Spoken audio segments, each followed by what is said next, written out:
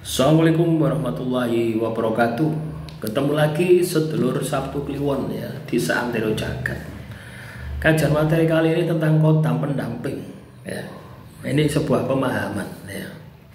Apa itu kodam pendamping ya. Saya berharap dengan materi ini teman-teman Sabtu Kliwon itu sudah tidak tertipu lagi gitu loh ya. Artinya ketika Anda menemukan sebuah video yang membahas tentang kodam weton Sabtu Kliwon, harimau, kodam weton Sabtu Kliwon, kijang misalkan, kodam weton Sabtu Kliwon, cicak itu Anda sudah bisa menjawab ya. Artinya sudah bisa paham dan mengerti gitu. Ya. Kodam weton Sabtu Kliwon tidak ada. Jadi tidak ada ceritanya ya. Kodam itu ikut dengan weton ya. Anda lahir Sabtu Kliwon, Sabtu Pahing, Sabtu Legi ya, terus Anda diikuti oleh kodam, itu tidak ada ceritanya gitu. Ya, Anda itu diikuti oleh kodam itu karena sebuah sebab ya. Walaupun katakanlah Anda ini punya leluhur ya, leluhurmu itu punya kodam, terus leluhurmu meninggal dunia, kamu titisannya, itu pun ketika kamu diikuti oleh kodam itu tidak langsung gitu loh. Kamu lahir langsung diikuti, itu tidak seperti itu. Ya, pasti ada butuh proses. Nah, kodam pendamping ya, kodam itu dalam bahasa Arab ya, yang artinya pembantu dalam bahasa Indonesia ya. Dalam bahasa Indonesia pembantu, bahasa Arab itu pendamping. Apa kodam? Bahasa Jawa prewangan. Nah, coba teman-teman Sabtu Kliwon ya, Anda ingat-ingat gitu loh ya. Prewangan itu identik dengan apa? Dengan makhluk halus. Ya memang makhluk halus. Ya, prewangan itu jin. Ya, identik dengan dukun. Ya. Masuklah akulturasi bangsa Arab ya di Indonesia, akhirnya menjadi kodam. Nah, di pondok-pondok pesantren itu kodam-kodamnya banyak ya. Itu adalah murid ya, santri yang ngawula kepada kiainya, itu disebut dengan kodam, tapi dari golongan manusia. Yang saya bahas di sini adalah kodam dari golongan makhluk halus ya, dari jin. Teman-teman Sabtu Kliwon, ada sebab orang itu diikuti ya atau memiliki ya kodam. Yang pertama dari leluhur, disebut dengan kodam leluhur. Ya, atau ngetrennya ya, yang sering kita lihat ya, video-video tentang ruqyah itu ya. Peruqyah itu loh ya, ahli ruqyah itu loh. Ngomongnya jin asap. Nah, itu sama saja, itu kodam leluhur, bukan arwah leluhur ya. Terus juga dari keilmuan ya. Jadi teman-teman Sabtu Kliwon ini melakukan ilmu, menjalankan ilmu, misalkan lembu sekilan, supaya Anda ini kebal bacok, kebal tembak, Anda terus tirakat ajian lembu sekilan, maka di dalam tubuh Anda akan bersemayam jin dari aji lembu sekilan, sehingga Anda kebal bacok, kebal tembak, maka Anda akan memiliki kodam aji lembu sekilan. Nah, coba bayangkan kalau orang yang lahir Sabtu Kliwon mempelajari ilmu yang berbeda, pasti kodamnya beda. Dan Anda mempelajari ilmu yang sama-sama lembu sekilan, kodamnya pun juga beda, tapi fungsinya sama, untuk kekebalan ya. Ada juga mengamalkan aji kulhu geni, kulhu sungsang, kulhu derga ya, mengamalkan asma Sungai Raje, asma Singaraje, asma Suryani, itu semua ada kodamnya. Ya, ketika Anda pernah mentirakati ilmu ya, teman-teman Sabtu Kliwon, maka Anda akan memiliki kodam dari sumber ya, dari sumber keilmuan yang Anda tirakati. Dan ini tentunya dengan Sabtu Kliwon yang lain kan beda gitu.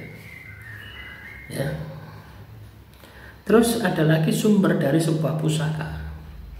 Ketika teman-teman Sabtu Kliwon ini punya pusaka, entah itu nemu, entah itu beli, entah itu dikasih, entah itu penarikan, maka Anda kemungkinan besar Anda akan diikuti oleh kodam dari jenis pusaka.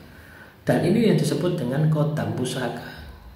Sehingga ketika orang melihat Anda, menerawang Anda, yang kelihatannya ada pusakanya, atau bisa menyerupai ya penunggunya gitu ya. Bisa berupa bendanya, bisa menyerupai wujudnya. Ini pernah saya alami ya, langsung ya.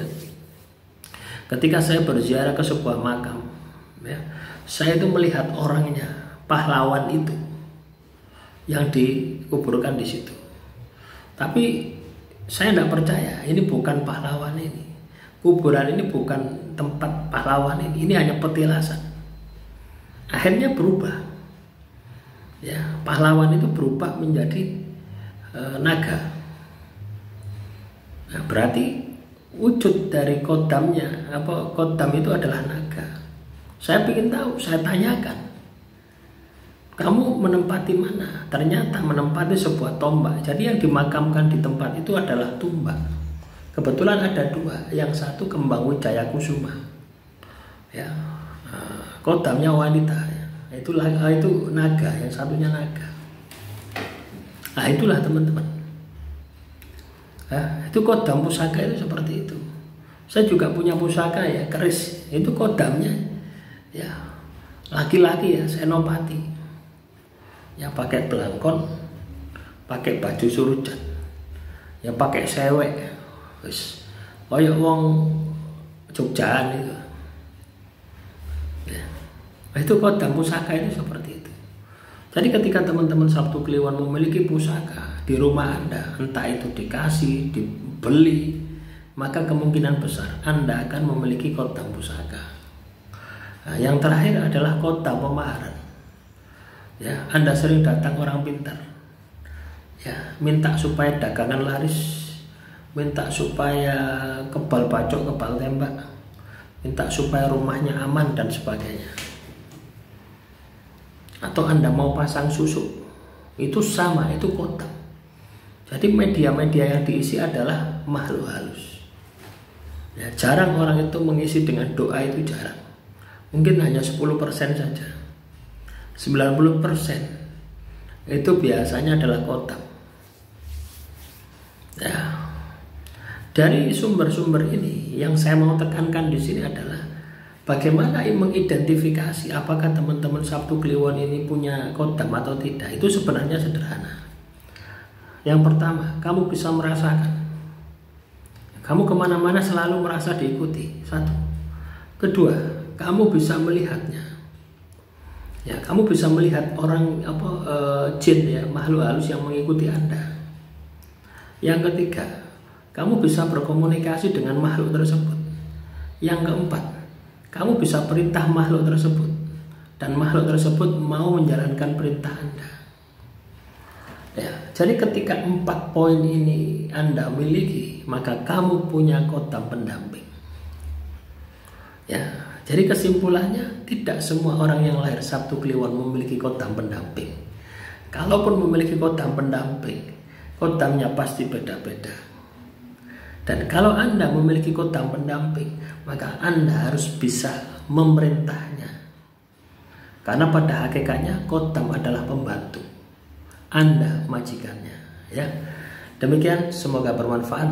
Ya, silakan ya teman-teman Sabtu Kliwon. Kalau ada pertanyaan, tulis saja di kolom komentar. Salam Rahayu, Rahayu, Rahayu.